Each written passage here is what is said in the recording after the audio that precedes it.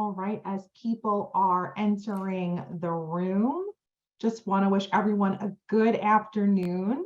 Welcome to the Wednesday webinar series. This month, YPN will be taking over all 5 of this month's webinars to deliver content geared towards new or young realtors. Today, more than 20,000 realtors call themselves YPNers nationally. In addition to this national network, nearly 400 state and local realtor associations now have their own young professionals network. If you're new to the industry or are looking to engage and energize younger or newer members, please join us at ypn.lirealtor.com. Our special guest today is Shay Hata. Shay is bringing us a webinar on building your first year in the real estate business. Shay is an Ivy League graduate, mom, and residential realtor in Chicago, Illinois. She moved to Chicago in 2012 and jumped into real estate in a brand new city where she didn't know anyone and was new to real estate.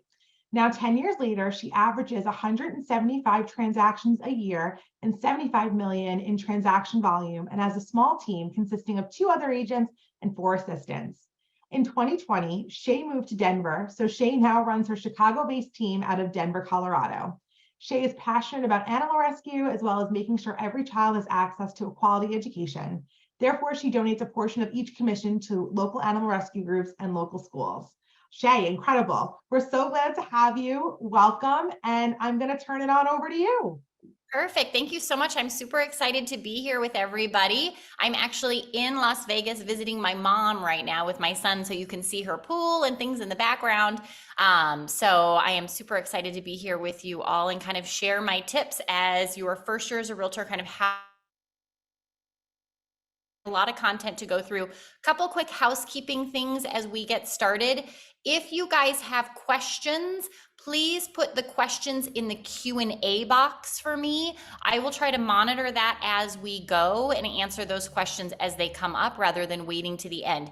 If you guys just want to chat, maybe you want to say, oh, that was a great idea, or I do something this way, or I have an idea for, something else people could do. If you want to share something, please put that in the chat box. I will not be monitoring the chat box. So ideas you want to share, thoughts, comments, etc., go in the chat box. Questions for me go in the Q&A box, okay? And I'll answer those as we go along. So great job kind of on my bio. That was sort of everything about me. I'm happy to answer questions about my bio, but we're going to just kind of move on so we can get to the meat of this thing. So I do have a small team.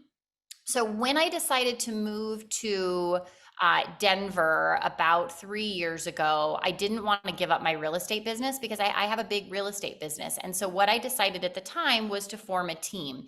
And so I brought on 2 other realtors. I already had 4 assistants who were helping me part-time behind the scenes.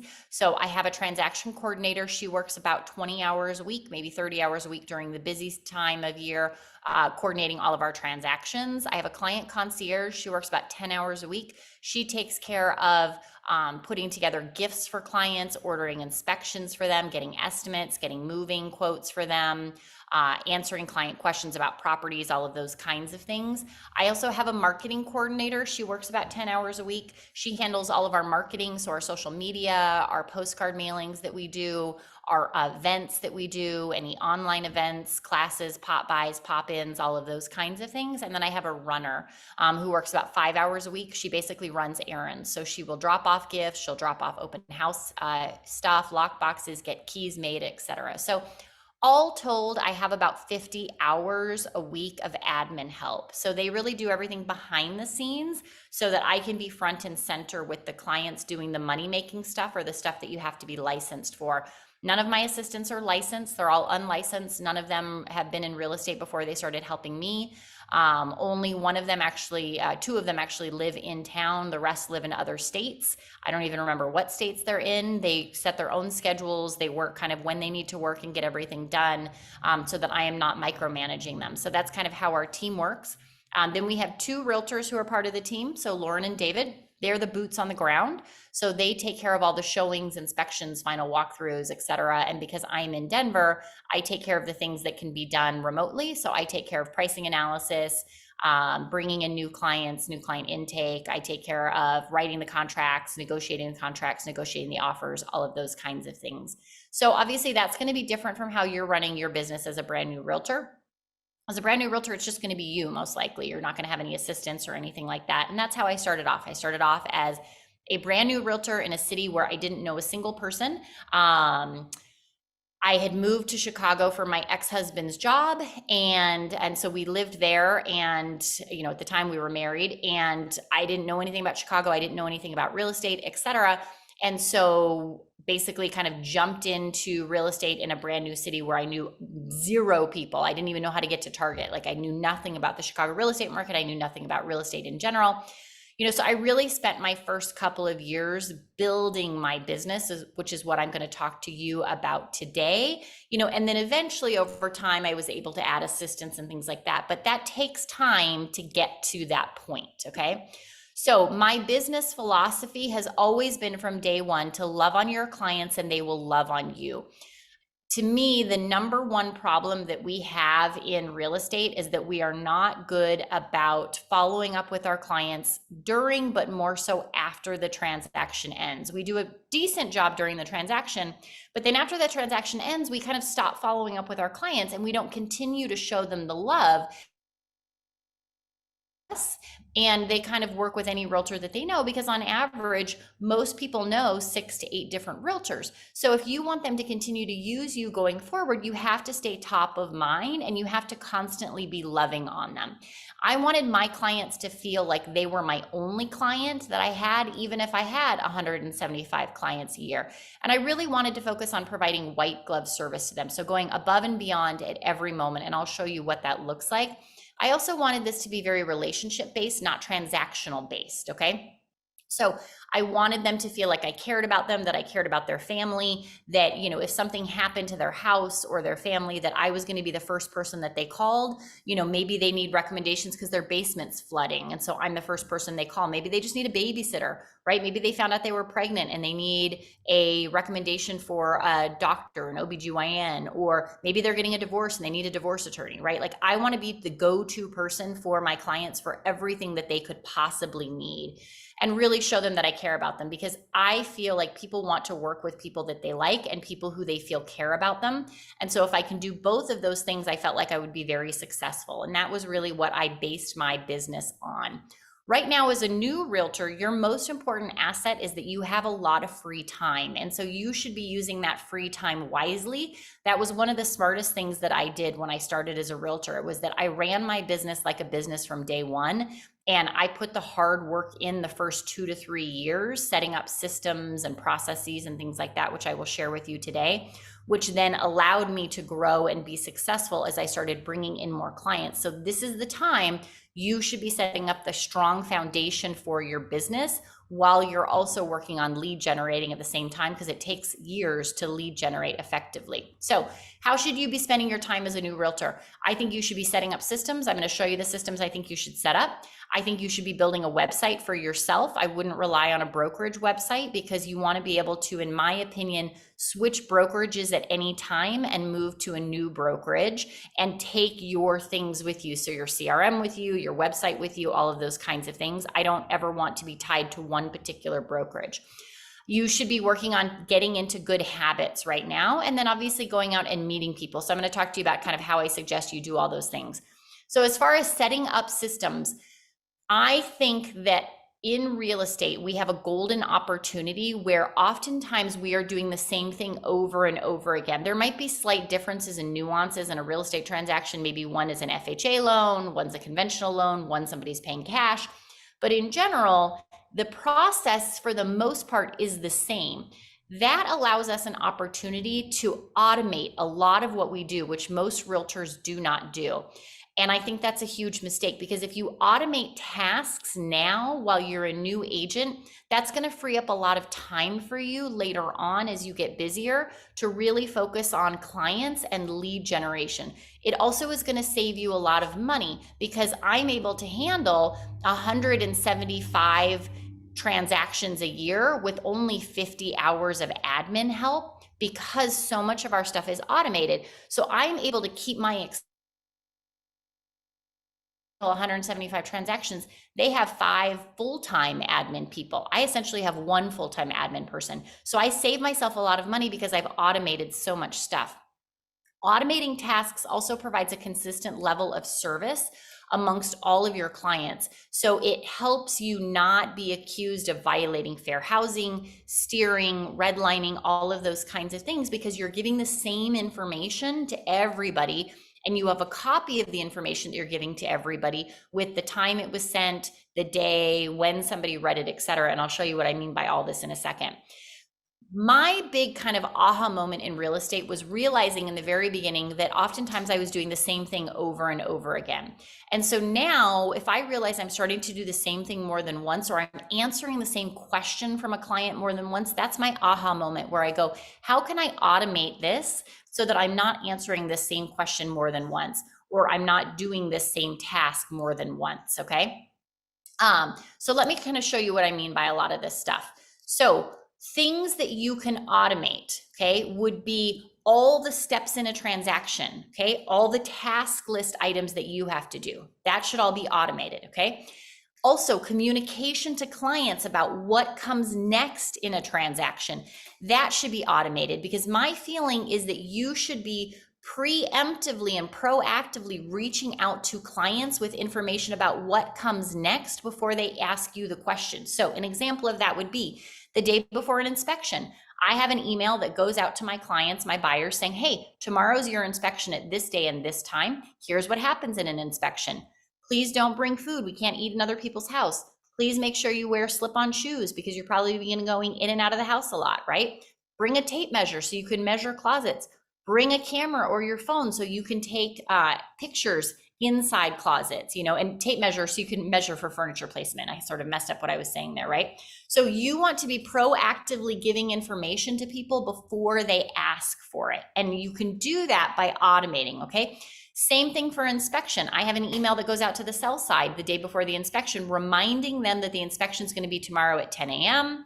They need to make sure they don't have clothes in the washing machine because we're going to run the washing machine. They should make sure the dishwasher is empty or have soap in it because we're going to run the dishwasher. They should make sure that we have clear access to the electrical panel and all appliances and utilities, mechanicals, things like that, right? So by being proactive, you can head off a lot of problems by automating that information.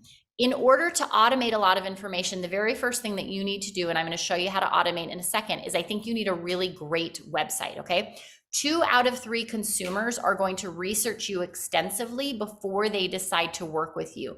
The number one thing that they are looking for is a website, okay? So, and your brokerage website is not a good enough website. A website page with just 1 page of information about you, to me, is not a good enough website that's going to make a consumer want to use you.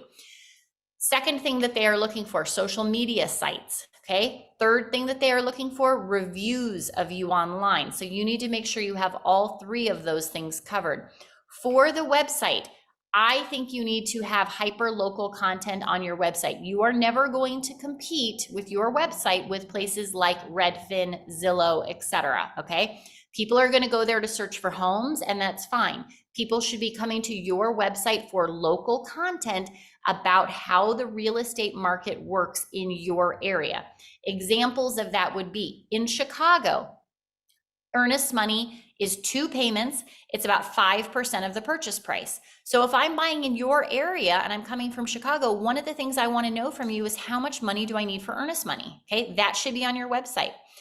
Something else that's different about Chicago. In Chicago, I can cancel the real estate contract for about 2 weeks once I go under contract for any reason whatsoever, and I will get all of my earnest money back. I can literally wake up one morning and go, I don't want to buy this house anymore, and get all of my earnest money back. If I'm buying in your area, I need to understand, is it the same in your area? Can I cancel the contract and walk away without having to provide a reason and get my earnest money back, okay?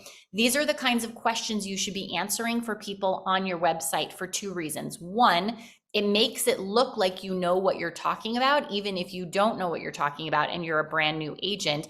And it's going to give consumers confidence in working with you if you have a really good website with a lot of content on it, okay?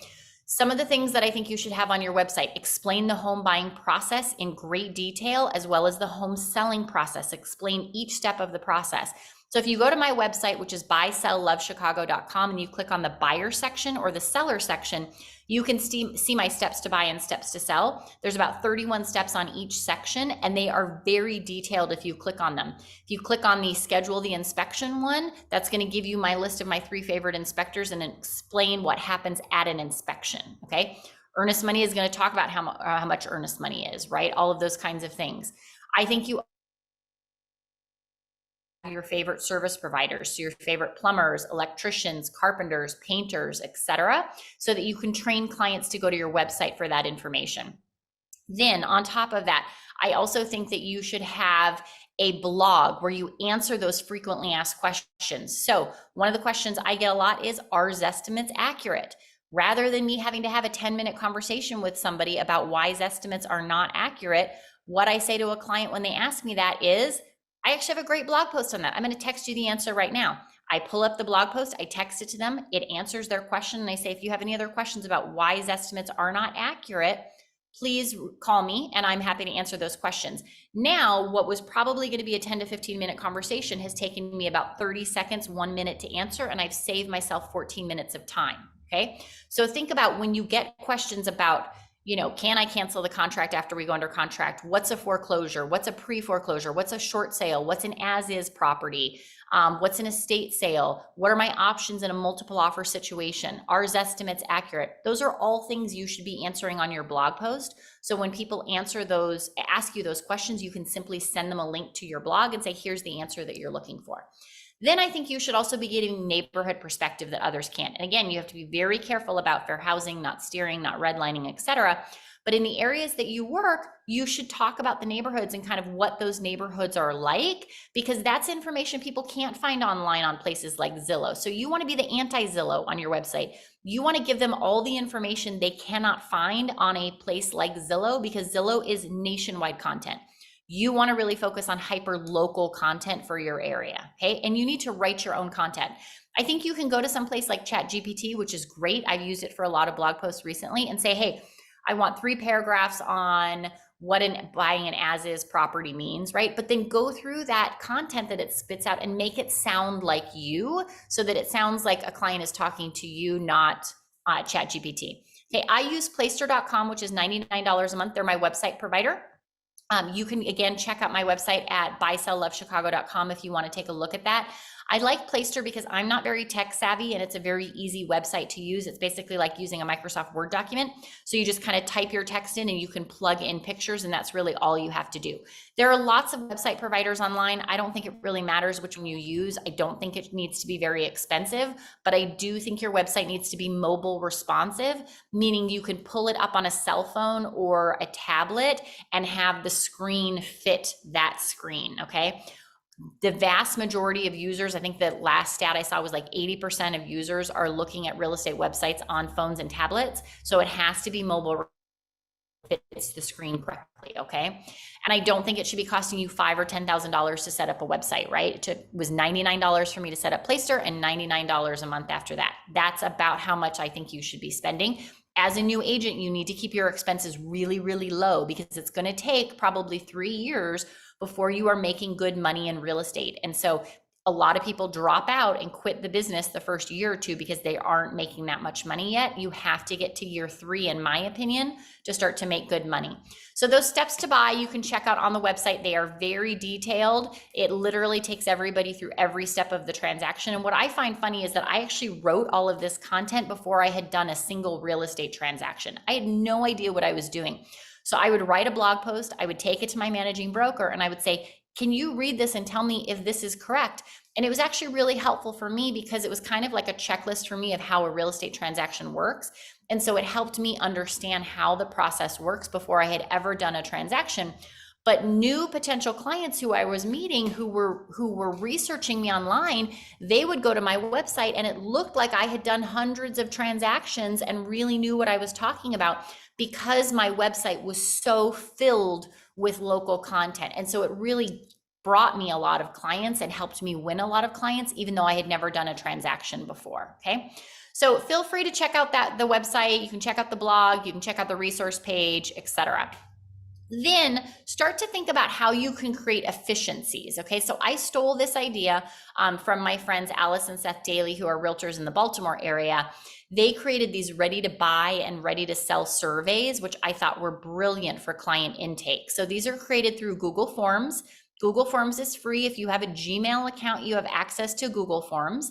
So what happens is when somebody reaches out to me and says, hey, I'd like to work with you to buy a house, I respond back with, great, what's your email address? I'm going to send you a link to a survey I'd like to have you fill out. And then we'll schedule a time for us to talk and go over your survey results.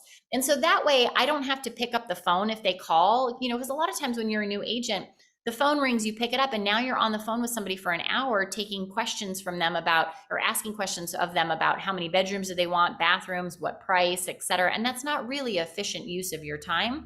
It's much more efficient to say to them, I would love to set up a time to talk with you. How about tomorrow at 10? I'm going to send you a survey to fill out before we talk, and then we'll go over your survey results. This also makes you look very professional and helps you stand out from all the other realtors in your marketplace who are not doing something like this. So again, you can go to my website, buyselllovechicago.com. If you click on the buyer section, you can see our ready to buy survey. If you click on the seller section, you can see our ready to sell survey or ready to buy and sell survey. And look through those. They are very detailed surveys. They're about 6 pages. They take people about 20 to 30 minutes to fill out. And they ask them all sorts of questions. Is there anybody else that I should know about who's going to be helping you make this decision? Do you have kids? Are you planning to have kids soon? Is elementary school important to you? Middle school, high school, all of those kinds of things. What is their disc profile? So I start to understand working with here. These surveys are very helpful because then I can look through the survey results in about 5 minutes before our call and have a very good sense of their personality, what they're looking for, et cetera. And then on our client intake call, usually I do that via Zoom, I can just ask some follow-up questions, and then they have an opportunity to ask questions of me. So kind of rethink how you're doing everything, client intake, lead generation, transactions, and start to figure out if you can set up systems now as a new agent to streamline that process and create efficiencies. So as you get busier later, you have those efficiencies in place already. I would also do the same thing for your sellers. So create Google surveys for sellers. So we have a single family home survey and a condo survey. So when we were working with a new seller, we'll ask them to fill those out, and it's all sorts of information about their home, property features. Have they ever had water in the basement? How old is the roof? How old are the mechanicals? What's their Wi-Fi password? What's their alarm password? So everything that I could possibly need to know in order to sell their house, show their house, all of those kinds of things. So Google Forms are great. I'm cheap, as you'll see, so I like things that are really affordable or are really free. So 1, I think you need a really good website, not your brokerage website. Okay. 2, I think you need a really good CRM as a new agent. I personally like RealVolve. That's the CRM that I use, which you can see on the screen right here. The reason that I like RealVolve is that I'm able to automate that communication with clients based on milestone dates in the transaction. So remember I said that email goes out the day before inspection to my buyers, reminding them of the inspection. It goes to the sellers. It actually also goes to the listing agent, reminding them of the inspection. An email also goes out to the inspector, reminding him of the inspection. All of that happens because in RealVolve, I can put the inspection day and time in there, and I can set up a workflow to say, I want this email to go to the sellers the day before inspection. I want this email to go to the buyers, et cetera.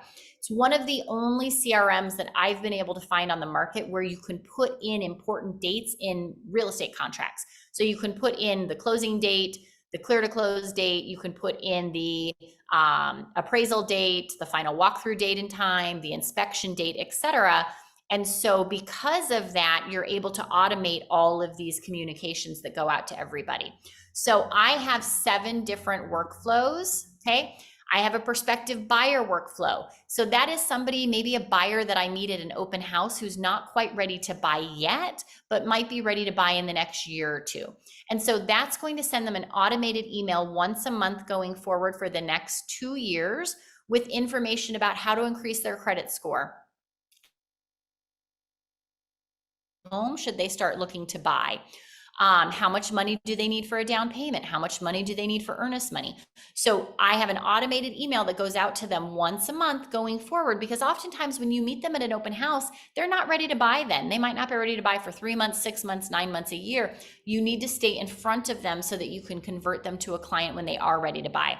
Same thing on the sell side. So I have a prospective seller workflow. So that's a 1-year workflow that talks to sellers about what's the best time to go on the market, kind of what is going on with the market right now, what repairs should they do before going on the market. And those are automated emails that come out from my workflow RealVolve, or my CRM RealVolve, once a month going forward, to stay in front of those sellers. So when they're ready to sell, I'm the person that they contact. Then I have a buyer current workflow. Okay, so that buyer current workflow is somebody who's like, Shay, I want to work with you and your team to find a house. Let's do it. Okay.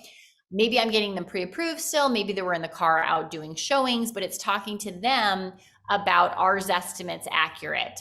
Can I put a low ball offer in this market? What do I do if I'm in a multiple offer situation? What does it mean if somebody's selling their house as is? Kind of all of the things that they really need to know now that we're getting to the point where we might put offers in. Then once they go under contract, they move to my buyer under contract workflow. That workflow takes them from under contract through closing. And again, most of it's automated.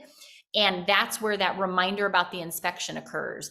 An email will go out once the appraisal is scheduled and say, hey, your appraisal is going to be on Thursday at 10 a.m. You do not need to be there for it, but here's what happens at an appraisal. Here's when we're going to have the report back. Here's what happens if that report comes in low for the value of the appraisal, okay? So think about all the information that your clients need that you should be proactively giving to them that can go in your CRM and all be automated. So that takes my clients through closing, right? It reminds them to pick a home warranty, and here are my favorite home warranty companies. It reminds them to wire their funds for closing and how to do that safely so they're not a victim of wire fraud. On the sell side, we have the same thing. So seller under current is somebody who says, Shay, I want to sell my house with you. It takes them through all the paperwork that they need to do, prepping their house for open houses and showings, things they need to hide for open houses, all of that, those kinds of things. And then once they go under contract, we move them to the seller under contract workflow that takes them from under contract through close, all the paperwork that needs to happen there. And then once a client closes, we move them to our closed client workflow. Okay, so that is a 15-year follow-up program for closed clients, because on average now, according to the National Association of Realtors last fall, who surveyed buyers and sellers, they are now planning to stay in their current houses for 13 to 15 years. When I first got into real estate, people basically only stayed in their house about 3 to 5 years. A couple of years ago, that changed to 5 to 7 years. Now, on average, people are planning to stay in their house for 13 to 15 years. That means a couple of things. One, they're not going to need you very often anymore. So you're going to have to do a better job of staying. They remember who you are in 15 years when they want to go and sell their house again. Okay. That also means we're going to probably have inventory shortages for a long, long time, because people are not going to be selling their house as often as they were in the past. So that closed client workflow should be a 15-year workflow where you're reaching out to them once a month. Typically, I suggest things like home maintenance reminders, tips for keeping their home in good shape, tips for saving money on their home, those kinds of things. Okay. So what I would suggest doing is making a list so pick one workflow, make a list of all of the emails that you should have in that workflow and all of the things that have to get done, the transaction steps. Put those in a workflow and then start making emails for each of those, okay? So like one of the silly little things that we do, because we're so organized, is we put in our move date for our clients. The day after they move, we have an email that goes out to them and says, hey, do you need to get rid of your moving boxes? If so, we'd be happy to hook you up with a client of ours who's going to be moving soon. They can come pick up your moving boxes. You get rid of them for free. It's a win-win. It's good for the environment, et cetera. It saves everybody money and time, and so when you start to automate tasks, you can start to think of little extras like that to make people's lives easier that you can put into these as well. Okay. I like the emails to be short. I don't want them to be more than ideally 1 paragraph or 2 paragraphs so they don't have to scroll. If they're going to be really long, then I like them to be a hyperlink that goes through to my website so they can read the additional information on the website. We've even started to automate our closing gifts. So our closing gifts now, our clients get an email from us 3 weeks ahead of time saying, hey, Pick your closing gift. I'll send my handyman over for 4 hours of handyman help. I'll send my cleaning person over to clean for 4 hours. I will throw you a party where I provide the food, you provide the booze. I will give you a gift card to your favorite place, favorite furniture store.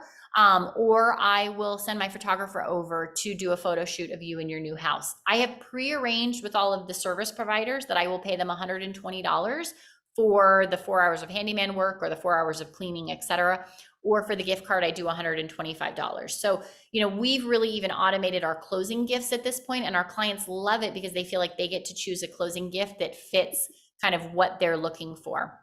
Here's an example. If that email is going to be very long, then I will hyperlink it back to our website, because I feel like if people have to scroll on their phone, they're not going to read your email. It's too long. So I want them to be nice and short and sweet. Okay. I do not have, I know Lisa asked, do I have a list of emails in each? They're really long. My buyer under contract workflow is about 110 steps. My seller under contract workflow is about 111 steps, something like that as well. And my real estate market's going to be very different from your real estate market, because real estate is hyper local. So I would say you need to sit down and write out each step of the transaction for each of those workflows, what information your client should get via email, what are the tasks that you need to do, and then you can start to create those workflows. If anybody on here is a RealVolve user or signs up for RealVolve, you can actually buy workflows through RealVolve. I sell my workflows through RealVolve, so do a whole bunch of other people. If you don't want to recreate the wheel, you can always do that. But if you're not on RealVolve, you'd have to figure out how to do that on your own in your own CRM. One of the things that I also like to mention is most email providers have a way for you to save email templates, okay? So you should be saving email templates. I have lender introductions that are sent as email templates in my Outlook. I also have a offer submission email and a multiple offer submission email that are saved as email templates. So when I have to submit an offer, I just pull up that email template in my Outlook. I change the purchase price, the closing date, I attach the offer, and off it goes, right? So if you're writing the same email more than once, that should be an email template that you're saving either in your CRM or in your email program. Okay, so if you're not sure how to do that, just Google how to create an email template in whatever your email program is. So you can see this is my offer attached email template. So all I have to do is change a couple of details and off it goes, rather than recreate that email from scratch. Okay. If you only have time to do one workflow, I think the most important workflow is that after close transaction workflow. Okay, that 15-year follow-up program. I realize there's a typo. This should say 15-year follow-up program, not 5. Really think about what are things that you as a homeowner would like to know from your realtor, okay? No offense to anybody, but I do not need your recipes, okay? I can Google how to make beef stew or the best cookie on my own, or I can go to Pinterest. That is not what I need for my realtor. What I need from my realtor is maintenance reminders, right? How often should I be getting my furnace serviced? How often should I be getting my AC serviced? And who do you recommend for that? How often should I be rotting my sewer line, and why? And who do you recommend from that? If it's going to be freezing cold outside, how do I protect my pipes from freezing? What do I do if my pipes burst and freeze, right? Reminders to pay my property taxes, file my homeowner's exemption. Those are the kinds of things that I need from my realtor that would be helpful. So make a list of all the things that would be helpful for your clients to know. How often should they have their roof checked? How often should they have tuck pointing done? What does asbestos look like in their home? Whatever it is that's helpful in your market, and start to send that out to your people, okay? So that's kind of some things you should automate. Your website, workflows, CRM, communication with clients should be automated as much as you can, okay? Now, the next half of this class, we're going to really focus on lead generating, right? Because I think you need to be doing those two things simultaneously: lead generating and setting up good care of your clients once you have leads. So how I don't get leads, okay? I do not buy leads. I have never bought a lead through Zillow, Realtor.com, etc. I will never buy a lead. I don't think it's a good foundation to build your business on. They can change those lead programs at any time. Typically, the conversion rates on those are less than 1%. And they're very expensive. So for me, I don't have any interest in buying leads. I also don't door knock. I don't call expireds. I don't cold call. I don't work for sale by owners. I don't farm neighborhoods with postcards, and I don't lead generate for 3 hours every morning. Okay.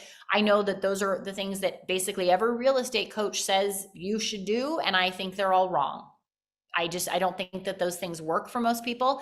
I don't think you're going to do something if you don't feel like you're good at it. And I don't think most of us are good at door knocking, calling expireds, cold calling, etc. So my personal philosophy is that you should figure out what you are good at and like to do for lead generation and focus on those things, because those are the things that you will do regularly. I am an introvert, right? I would rather be home in my pajamas than anywhere else. So having to go door knock to me is like sticking a fork in my eye. It sounds like the absolute worst thing in the entire world and something that I just have no interest in doing. So instead, I focus on things that I am good at, right? Giving my clients data, loving on my clients, giving them gifts, having events. Those are things that I am good at, that I like to do. And so I will do them consistently. Okay. So some ideas for lead generating. One thing that I really like is a program called HomeBot. So this would be something that you could set your past clients on once you have past clients.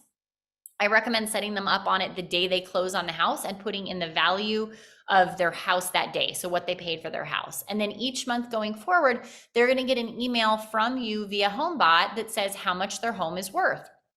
And I find if you've put in the accurate information from the beginning and you're in a little bit more of a homogenous area, these tend to be very accurate. I think if you're in a big city like New York City, this can be really hard because housing values are all over the place. So I find it doesn't work as well in Chicago, but it works really well in our suburban market outside of Chicago. Okay. It's only $25 a month for HomeBot, and I like it because it kind of answers that question for people of what is my home worth and keeps them off of looking at sites like Zillow and Redfin for home valuations.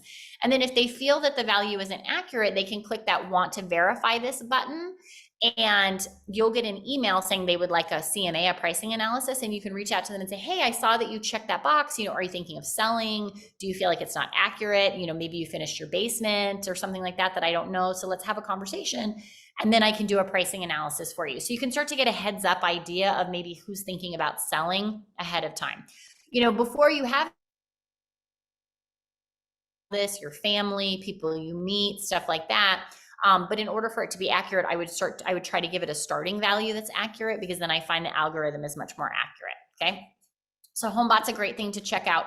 As a new agent, I really built my business on open houses. That was entirely how I built my business. I'm a huge fan of open houses. I think everybody as a new agent should be doing them. I used to do 4 open houses a weekend. I did 2 on Saturdays. I did 1 from 11 to 1 and 2 to 4, and then the same schedule on Sundays. So I did 4 open houses every weekend. Typically, I was able to convert 1 person to a closed client from every open house that I do. So I have very effective conversion rates for open houses. Couple of my tips for open houses. Target first-time home buyers in your market, because they are the ones likely to not have a realtor. You don't want to do an open house for a property that's been sitting on the market for a month. You're just not going to get that good of traffic. So I like to do it the first weekend that the property is on the market, and I like to do first-time home buyer price points for open houses. Don't follow people around the property in the beginning. I think that's creepy and weird. So what I say to people is when they come into the door for the open house, hi, I'm Shay. I'm going to give you a little bit of information about the house, but I'm not going to follow you around because I think that is creepy and weird. And usually they laugh and it kind of breaks the tension. And I say, I'm going to be up here at the front door. So if you have questions, just pop by and I'd be happy to answer those, or I can answer questions for you on the way out. Here's a little bit of information about the house. All right, go through, have fun, take a look at everything. I'm here if you need me, right? That starts to build trust with them. And then I ask them to sign out, not sign in, because I find if I ask them to sign in, they're very standoffish if that's the first thing I ask them for, and they're likely to not give me their accurate information. Whereas if I ask them to sign out before they leave, and I've built trust because I haven't been creepy and stalkerish and followed them around the house, they're more likely to give me their actual information. I like using an iPad with an app on it like Open Home Pro, because I find if you give people a pen and paper to do an open house, you can't read their writing. They have to think about it. So they don't want to actually give you accurate information for their email address. Whereas if you have them type it on a laptop or on an iPad, we are so used to typing our email address a million times a day, we don't think about it. And so they're more likely to give you their actual email address, and you can read it because they typed it, so you know it's accurate. Okay. What I always tried to do at open houses was find out what they were looking for. Okay. I didn't really care if they bought this house, because as a new agent, typically the open houses were not my open houses, right? So that's always the big question. As a new agent, how do you host open houses? Okay. When you have no listings. So what I would do is I would go to your managing broker and say, hey, are there people in the office, busy agents in the office, who have open houses that I could host that are too busy to host their own open houses? And I had my managing broker introduce me to kind of the top agents in the office. And she said to them, look, Shay's really hungry. She wants to work open houses. Can you please let her know if you have open houses available? And then every Monday, I would email all those people and I would say, if you have any new properties coming on the market this weekend, I would love to open an open house for you. Let me know. And I would do that religiously every Monday. And that's how I got open houses. Okay. I would have a conversation with those listing agents and I would say, hey, look, I want to make you aware, I am not going to follow people around the open house with your sellers that they need to remove any valuables from the property ahead of time, because I'm not going to have eyeballs on these people 24/7 while they're in the house. So jewelry, watches, prescription drugs, paperwork with private information like social security numbers, credit cards, all of those things need to be taken out of the house, because I cannot be responsible for those things getting stolen. So you need to have that conversation with the listing agent. And then when you're at the open house, I didn't really care if this open house sold because it wasn't my listing. What I wanted to try to do was pick up clients. And so I would try to have a conversation with the people at the open house about, hey, what are you looking for? Are you just looking in this neighborhood? Are you looking at other neighborhoods?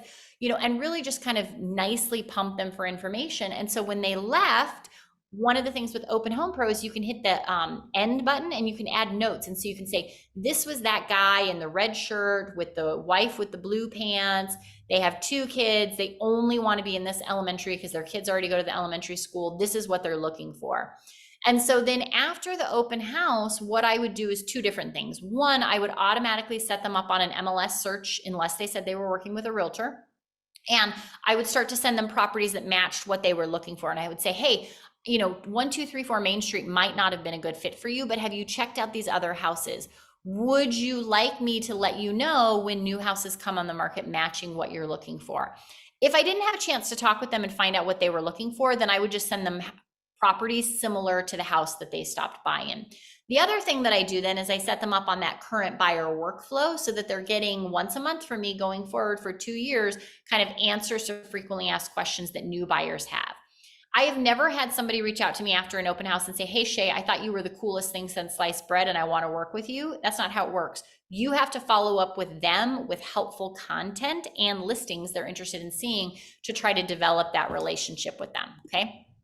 I also think it's important for you to create a networking group. So I like programs like BNI, if you're familiar with that. They're networking groups that are very famous worldwide, but they're really hard to become a part of as a realtor because most BNI groups were either started by a realtor or they already have a realtor in their group and they only allow one realtor in every group. So what I would suggest doing is if you can't find a networking group to join, that you create your own. So what I did was I created a list of 25 service provider industries that I thought could be helpful referrals for real estate. Particularly what I was looking for are people who are in a position to influence people during what I call 5 major life-changing points in their life, okay? So when they get engaged and married, obviously oftentimes their housing needs are gonna change. When they get a new job, their housing needs often change. When they get pregnant and have a baby, when they get a divorce. 5 times in people's lives when real estate often comes into play. So I want to be present during those 5 times, or at least have other people advocating for me so that if their real estate needs change, I can be front and center to help them. So I made a list of 25 service providers that I thought could influence people during those times of their lives. So lenders, real estate attorneys, elder care attorneys, will and trust attorneys, divorce attorneys have been a great referral source for me. Homeowners insurance providers, OBGYNs, doulas, all of those kinds of things. And then I started to reach out to people in those industries and said, hey, look, I'm going to create a networking group. It's going to be very low key. It's not going to be intense like BNI where you have to come every week for a morning, an hour in the morning. This is going to be every other month on a Friday over lunch at my office. Come for an hour and a half, bring your lunch, eat, and we're going to network and try to give everybody a lot of business. And so I was able to get maybe 4 or 5 people in industries that I was looking for interested in joining this group. And so I said to them, look, I need you to take a look at this list. Do you know anybody who's in a field on this list that you think would be a good connector? Because you don't just want bodies in your networking group. You need good connectors who are going to be willing to make introductions to other people. And then I said to them, what industries would be helpful for you to have in this group? And so we started to form this group. I think you need about 20 to 25 people in the group for it to work. It needs to be big enough for people to give referrals out. The way that we work is that, as I said, we meet every other month on a Friday over lunch. Everybody comes and it is a networking session. It's 90 minutes. The first 15 minutes is chit chat. After that, we get down to business. We go around the room. Each person has about 2 minutes, 3 minutes to ask for 3 referrals that they need. They can be personal referrals, like I need a babysitter, or they can be professional referrals, like, I'm looking for clients to buy and sell, things like that. That meeting is on a Friday. Referrals are due by Sunday night, because I found if I didn't put a deadline on it, people had the best of intentions, but they never actually sent the referrals out. And they had to reach out to me and say, hey, I sent a referral to so-and-so so that I could track them, because what we did was if people didn't give out a minimum of 12 referrals a year, they were kicked out of the group. So I had to track those and make sure they were giving out the 12 referrals. That doesn't mean everybody got 12 new clients, because it's my job to convert the clients, but it's your job to give out those referrals, okay? We do not charge a fee to be in the networking group. It's free. There's no cost. People just bring their lunch, and usually it was in my conference room at work. And then in addition to coming to the meetings, so they had to come to a minimum of 4 out of the 6 meetings over the course of the year. From there, they also had to do one-on-one coffees with other people in the group at least once a year, so they could deep dive into their business and learn a little bit more about their business, okay? So that's kind of how the networking groups went. To me, it's very successful. I usually close about $8 to $10 million a year in referral business from my networking groups. And again, I do not charge any sort of fee to be in that networking group. So hopefully that kind of gives you one idea as a new agent. If you don't know people in those industries, I would say go to your managing broker and say, hey, I want to create this networking group. I'm looking for people in these industries who'd be willing to give me referrals. Do you know anybody in these industries who you could introduce me to, and I could see if they want to be part of my networking group, okay? Another thing that I love is AdWorks. So AdWorks is online retargeting. So essentially how it works is it's like if you look at a pair of boots online and you don't buy the boots, you can then see that the boots are stalking you all around the internet in an ad. Same exact thing, but you can do it with your picture. So all you need are people's email addresses, and then you can put together an ad, and your ad will stalk them all around the internet wherever they're going for information. So they'll see your ad on places like ESPN, CNN, Wall Street Journal, MSNBC, Fox News, etc. It will not show up on Facebook, social media sites, because that's a different kind of program. But it will show up on informational sites. And so what's nice about this is that you can put people in who you wouldn't feel comfortable emailing, but you have their email address for. So like all the parents in my child's school, I could put in here, and I could do a custom ad for them saying, hey, my son goes to Black Forest Elementary. I'm a local realtor, so if you use me, I'll donate 10% of the proceeds back to Black Forest, PTCO is a fundraiser, something like that, right? So you can do targeted ads for your campaigns as well. AdWorks is about $79 a month to do this Sphere campaign right here. It is an NAR member benefit. So if you sign up through NAR member benefits rather than AdWorks, you actually get 20% extra impressions. So how it works is if you have one campaign, you get 2,500 impressions per month. So that means your ad will be seen 2,500 times. I like to only put 500 people in a campaign, because I want those 500 people to be seeing my ad at least 5 times a month, okay? If you sign up through AdWorks, you get 20% extra impressions. So now your ad's going to be seen 3,200 times per month instead of the 2,500 for the same amount of money. So that's the farming areas by zip codes. I don't do that in my market in Chicago, but if you work particular zip codes, you may want to look into doing that and having your ad show up to all the people in the zip codes instead. You can also do ads for listings. So we will do that about the 3rd week we have a listing if it hasn't sold yet. And what it does is you can put your seller's email address in, and your ad for the house will show up everywhere your seller is online looking for information. So it looks like to your seller, you're advertising that house everywhere. And then it also circle prospects around that house. I know that's not going to sell the house, but I also know it keeps my seller really happy. So AdWorks is a kind of a great laid back online lead generation tool for their Sphere campaign. I also think as new agents that you should be really focusing on social media. We get about 10 to 15 million in business every year from our personal Facebook pages and our Instagram pages. So I think as a new realtor, that's a great free way for you to pick up clients. So you should have, in my opinion, a Facebook business page and an Instagram business page. I don't think that those are going to bring you in much business. Where I think the business comes from is your personal Facebook page and your personal Instagram page, because people want to work with people that they like. So you should be friending all of your clients on Facebook and posting on your wall things about you, funny stories about you that have happened, events you're going to and stuff, so that people can get to know you. But then that story section on your Facebook page, you can link to your Instagram page. And that to me is where you should be posting about real estate stuff. And I think you should be posting in there about real estate stuff 3 to 5 times a day, because people want to work with agents who they think know what they're doing and are busy. So the more often you can post in there, the better it's going to look for you, and your contact list, your sphere is going to think you're a really busy realtor. So when you're a new agent, go to open houses, post pictures, go to broker opens. If you're doing training like this, you should be taking a picture of this training and posting it on there saying, hey, I'm learning how to be a better agent to better serve you, right? We are in a very visual business. Every time you go to a showing, an inspection, a final walkthrough, take a picture of it. Interview your inspector at the inspection for 10 seconds on how to change a furnace filter, what asbestos looks like, what mold looks like, right? Like everything you do, you can probably get 3 or 4 content pieces out of it via, photo, video, etc., and be posting those on your social media. Okay. So these are some examples from Lauren Calderoni, who's on my team. She did about 10 million in business her first year in business. And it all came from social media, because she posted on social media about 5 to 8 times a day in the story section on Instagram about real estate. Every time she would go to a house, she would post like 10 pictures from that house, and things like that. And so it made it look like she was really, really busy, and people want to work with busy agents. Okay. I also think Facebook groups are a great way to pick up clients.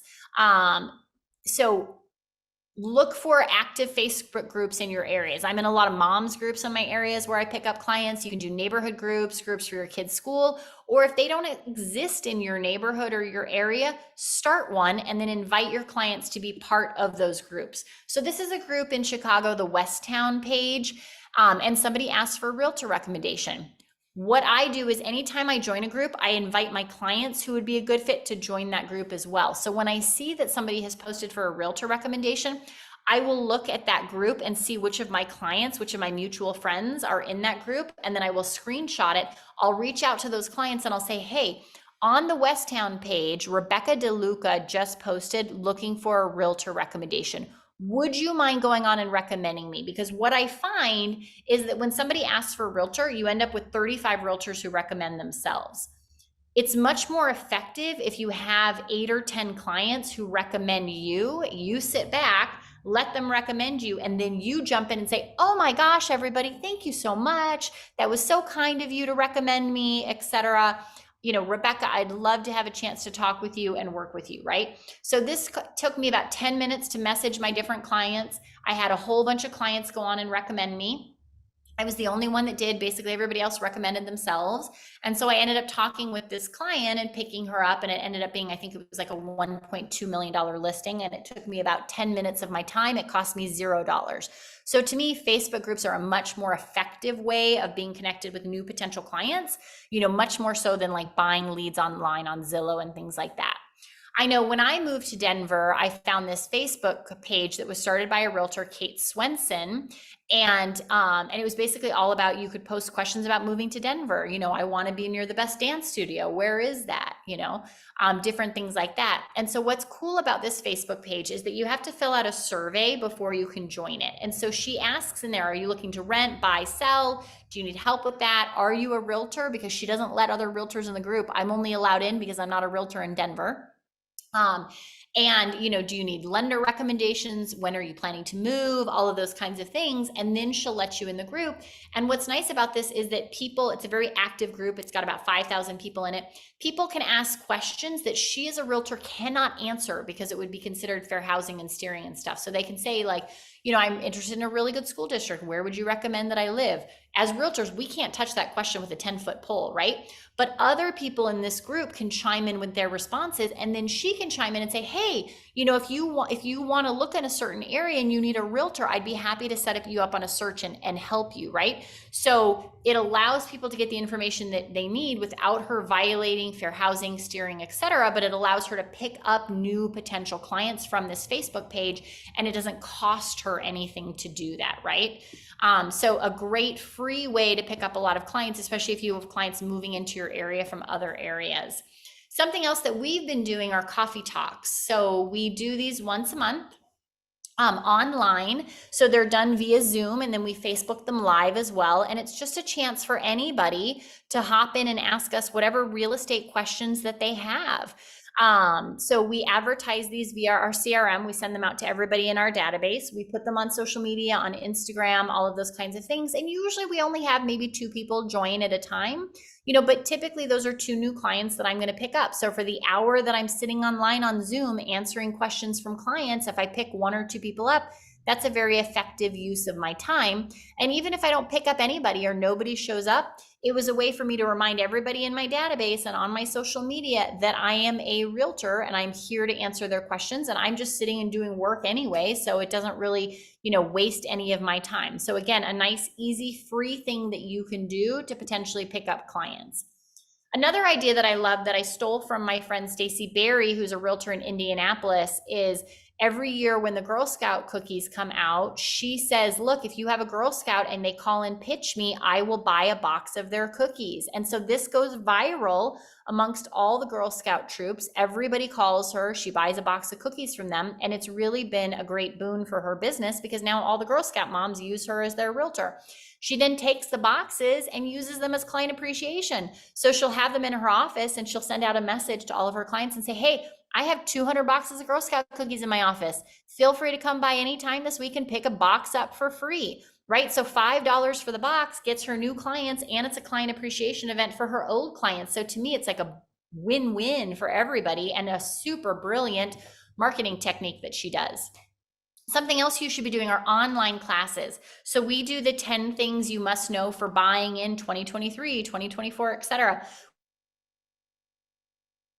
And then we do them through January or February. They're quick online Zoom classes, about 20 minutes. We have 10 slides. We usually invite a lender to do the class with us, and oftentimes a financial planner. We'll divide up, so we'll each take like 3-4 slides, something like that. And we send this out again through our database. We send this out through social media so that people can jump on and join us in these classes. We'll do one for selling and one for buying, and we're usually able to pick up new clients through those classes as well. I think you should also be looking to get referrals from out of the area. Places like YPN, right? The NAR YPN group is a great place to get online referrals from out of the area. Lab Code Agents has a referral page online where you can sign up and for referrals outside of the area, okay? Then really look at getting referrals from your past clients. It's hard to get clients when you're new. So when you're new, treat those past clients like gold. Provide an amazing customer service experience. Stay in contact at least monthly after the transaction closes. Send a yearly CRM, or CMA. I think you should be hosting events at least 2 times a year, okay? Think about how you can elevate the real estate transaction as well. I hate when people get their keys at closing in a tattered Ziploc bag. To me, there's nothing grosser than that. So we ordered these burlap bags from Amazon. We put a little tag on it that says, welcome to your new home from Shea Hata or the Buy, Sell, Love Chicago team. And inside that go the keys and the garage door openers. And so we'll give those to our buyers. We'll also do the same thing when we're the listing agent, so that those keys go to the buyers of the new home in good shape and they have my contact information on there, right? Then last thing, and then we're going to wrap up, is, that's a lot of ideas for attracting buyers. You also need to focus on attracting sellers, right? So as a new agent, I definitely worked reload deals in my brokerage once I was able to do that to get new sellers in there. I picked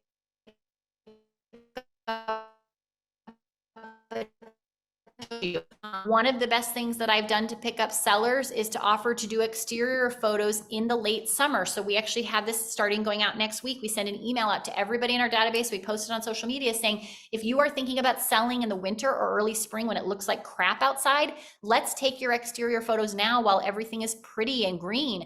And I'm usually able to get about a dozen to 18 new sellers signed up with me. I have them sign a listing agreement saying we're going to go on sometime in the next year. I take just their exterior photos now. We do their interior photos when they're ready to sell. And then I'm able to spend the next like 6 months working with them on getting touch-up repairs done, getting paint touched up, getting the paperwork filled out, etc., so that when they're ready to go on the market, we have all of those things done already. Okay. Last thing, reviews and recommendations. As I said, the 3 things people are looking for: website, social media, reviews and recommendations. I like realsatisfied.com to get reviews from clients. It's $99 a year. It sends them a survey to fill out and they have the opportunity to leave a testimonial. I think you should be getting reviews on realtor.com, which through Real Satisfied, you can click a button and it will put the review on realtor.com, which is great. It will also put it on your Instagram page and your Facebook page. So it kind of takes care of those 3 things. I think then you should take the graphic and put it on your website. Then I think you should copy and paste that review, send it back to the client and ask them to put it on your Yelp page, your Google page, and your Zillow page with links to those things. You want to have that review put in as many places as you possibly can. So make sure after every transaction, you are kindly asking your clients to fill out reviews for you and explaining to them as a new agent how important those reviews are. Okay. When you put them on Facebook, tag your clients in it so that all of their friends and family can see the realtor that they used and what a great job you did for them. Okay.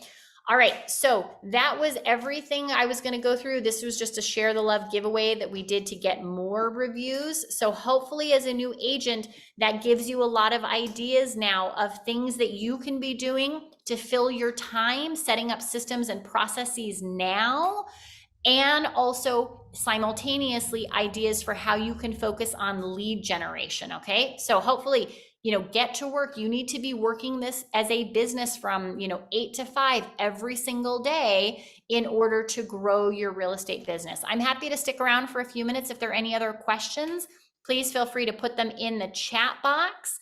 Otherwise, I don't know if you want to talk about any of your other upcoming webinars you have or any wrap-up stuff you want to go through. I'll pass it over to you for that. Thank you so much. We actually do have a question in the Q&A. If you'd like, I could read it or you could read it. Yep, I've got it from Caesar, it looks like. So it says, I'm in the process of moving from New York to the Californias. What advice would you recommend to kickstart your new real estate business once you're settled in the new state? Personally, I know I will be following up with my New York database and lead gen with that, but I wouldn't know where, how, and what to do once I'm there. Yeah, so I mean, that's very similar, obviously, because I moved to Denver. I don't have my real estate license in Denver, but I am going to get my real estate license there this fall. So, what I would say is really continue to focus on your New York database, see if you can bring leads in that way, and then decide how you want to work those, right? You may just pass those off to somebody else and get like a 25% referral fee. You may want to be more involved and work those from afar, maybe split the commission with somebody else 50-50. So while you're focusing on your New York database to try to bring in money, I would essentially also get my license in California and do all the things that we just talked about to try to start to create business in California. So I would try to work both markets simultaneously, until you feel like you're at a place where you can kind of give the New York business up, or like I'm doing long term, running my business from out of state. So, to me, it's all the things that we talked about. You're going to start to do those in the Carolinas while you're still working your New York business as well. So hopefully that answered your question, Caesar. If it didn't, please feel free to put another question in the Q&A box. Thank you so much for answering that, Shay.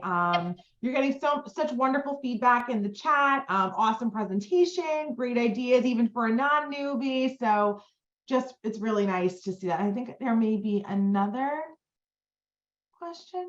No, I see. Oh, Caesar just said thank you. Okay, great.